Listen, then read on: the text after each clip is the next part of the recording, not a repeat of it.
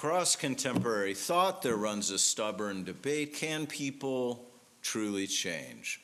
Psychologists, neuroscientists, and moral philosophers all weigh in. Some claim that personality is largely fixed, that our habits, temperaments, and even moral tendencies remain steady through life. Others insist that human beings are capable of real transformation, that identity is an unfolding process.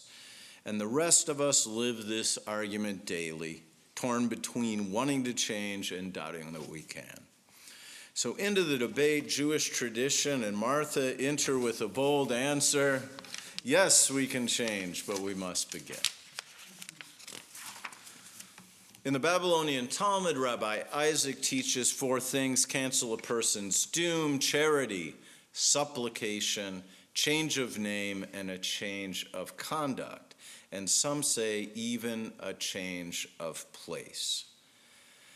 The rabbis imagine that even a divine decree can be overturned through human initiative, charity, prayer, new behavior, movement in the world, even movement of what we call ourselves can alter our fate.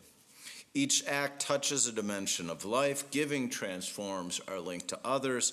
Prayer reshapes our relationship with God, and new conduct reorients the self, and a change of place alters our surroundings. Together they form a map of transformation: outer, inward, upward, and onward.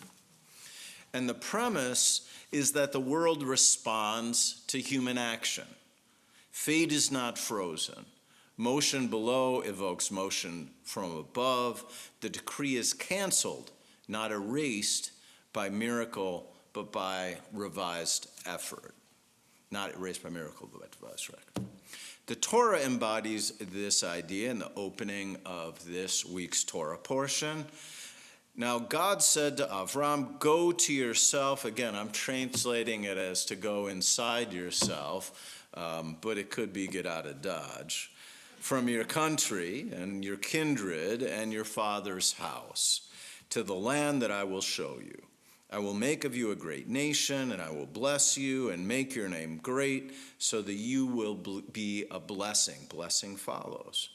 With these words, Abraham becomes the first model of transformation. He's 75 years old, long settled within his patriarchal clan, which is really, that's your complete social orientation in this culture, is that small patriarchal clan. I mean, without that, you have no social orientation in the world whatsoever. You are alone. No destination is revealed, only a direction. God offers not a plan, but a promise: go. The Hebrew phrase lech lecha, as I've said, means go for yourself or go to yourself. The journey outward is also inward. Abraham must leave the familiar landscape of habit and belief to discover who we might yet become. Change begins with motion, before clarity, before understanding. Now, the Zohar later comments in this same verse. I bring up the Zohar quite a bit, 13th century mystical text that I really like. Whoever makes an effort to purify himself or herself receives assistance from above. If you make an effort, you receive assistance. You may not know it, you may not feel it, but you receive assistance. This message was not given to him until he made the first move himself, the Zohar says about Abraham. The upper world is not stirred to act until an impulse is given from the lower world. So this mystical voice affirms that the same pattern, essentially, that Rabbi Isaac described. The universe waits for us. Divine help follows human initiative. Abraham's step awakens God's blessing. His willingness to move sets the spiritual machinery of the cosmos in motion. So in this reading, Lech Lecha is not blind obedience, it's partnership. Heaven does not drag the human being forward.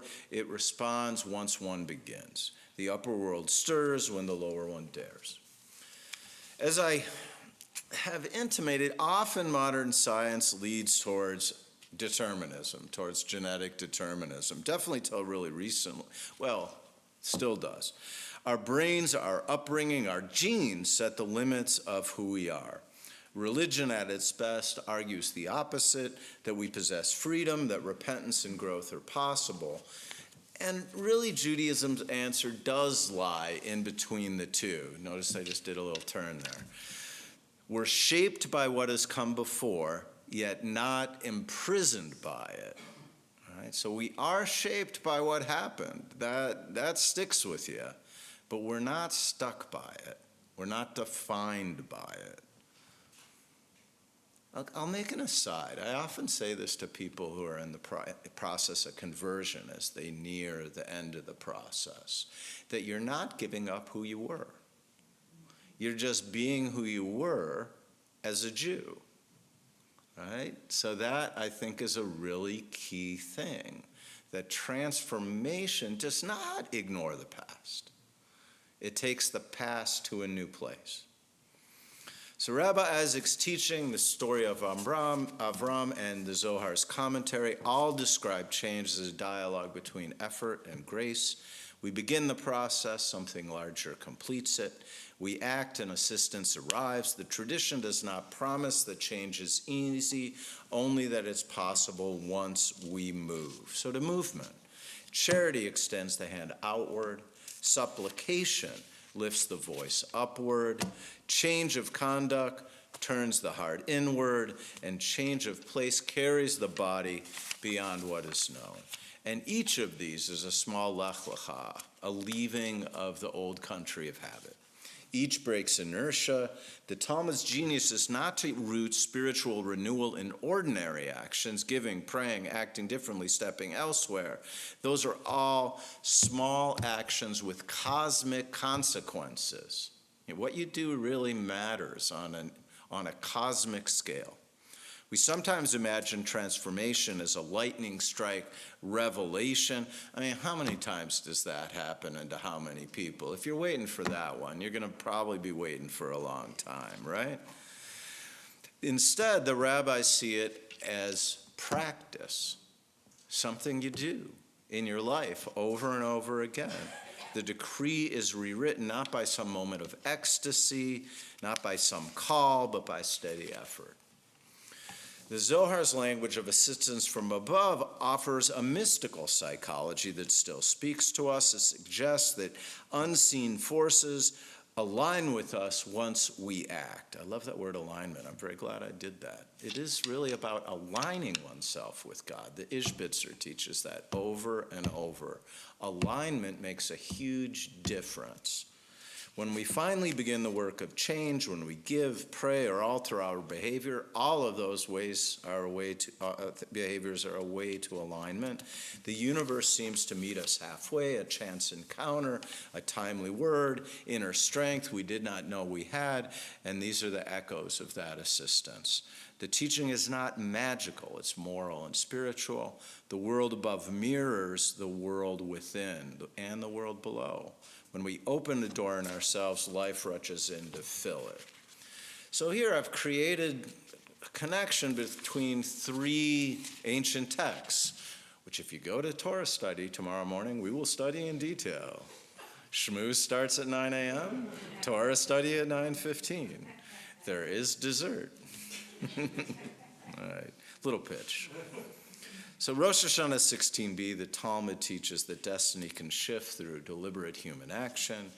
Genesis 12 through 1:3, this Torah portion, shows that transformation begins with a step into the unknown, and then Zohar 177b reveals that divine help arrives only after that step is taken.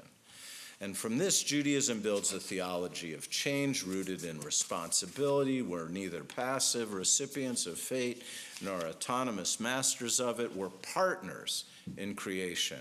Our movements awaken God movements. Our beginnings invite blessings. So every generation, every life receives its own Lech Lecha.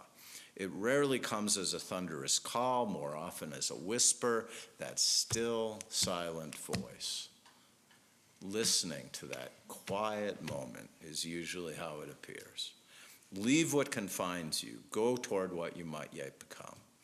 Sometimes it means letting go of resentment or fear. Sometimes it means a literal change, new work, new place, new purpose. The specifics, when I decided to go to rabbinic school, I moved to a new neighborhood.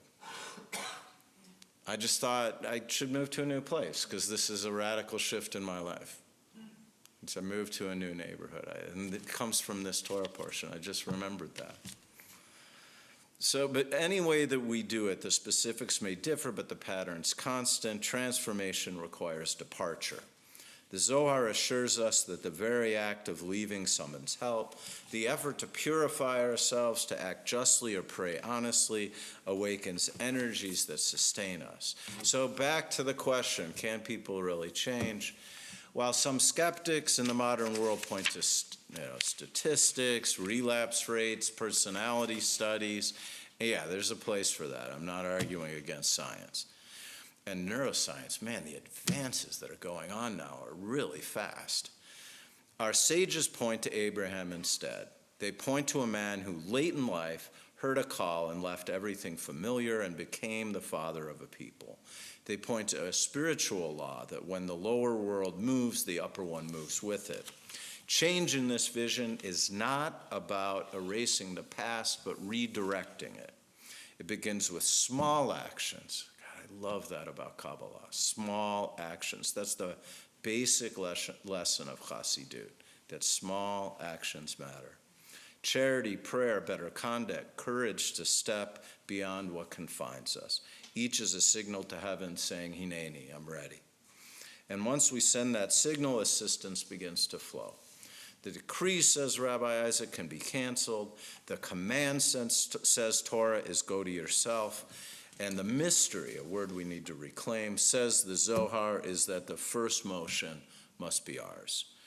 May we find the strength to take the first step, and may every step we take awaken blessing in the worlds above and within us here below. Ken V'Hi Ratzon, may it be God's will.